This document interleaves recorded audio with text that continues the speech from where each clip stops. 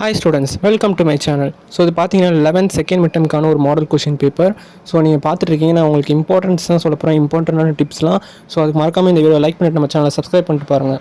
So நீங்கள் பார்க்குறீங்க electrified, இன்டெலிபிளி ஸ்மூத்தட், இது மூணுமே கண்டினியூஸாக வந்துட்டுருக்குது. ஸோ அதே மாதிரி ரக்கட்னஸ் ரொம்பவே முக்கியம்.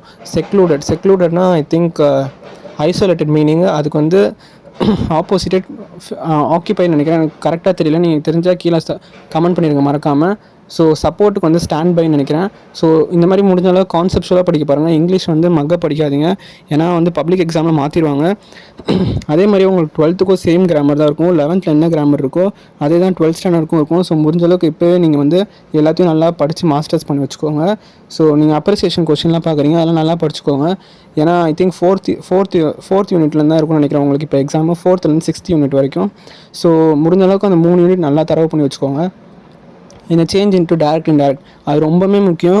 அடுத்த வருஷமும் நீங்கள் இதே தான் படிக்க போகிறீங்க. ஸோ இதே தான் வரும். முடிஞ்ச அளவுக்கு அது நல்லா கற்றுக்கோங்க. இஆர்சியும் பார்த்துட்ருக்கீங்க. இஆர்சி வந்து நீங்கள் ஃபஸ்ட்டு ஒரு 3 யூனிட் நல்லா படித்து வச்சுக்கோங்க. நான் சொல்கிறது பப்ளிக்கு. இப்போ வந்து நீங்கள் ஓரளவுக்கு ஒரு கிளான்ஸ் பார்த்து வச்சுக்கோங்க. ஸோ நீங்கள் ரெஃபரன்ஸ் கான்டெக்ட்ஸில் நீங்கள் ஓனாகவே எழுதிக்கலாம். ஸோ டைட்டில் ஒன்றுமே இல்லை. டைட்டில் வந்து அந்த ஆத்தரோட நேமு, அதுக்கப்புறம் பை போட்டு போயம் நேம். ஸோ இது எழுதினாலே உங்களுக்கு 1 மார்க் கிடச்சிரும். ஸோ முடிஞ்ச அளவுக்கு இந்த மாதிரி மார்க் ஸ்கோரிங் ஏரியா பாருங்கள். உங்களுக்கு நல்லா தெரிஞ்சு எல்லாமே கரெக்டாக பர்ஃபெக்டாக எழுதுங்க. அப்போ தான் ஃபுல் மார்க் வரும். All the best. தேங்க்யூ. நல்லா பண்ணுங்கள்.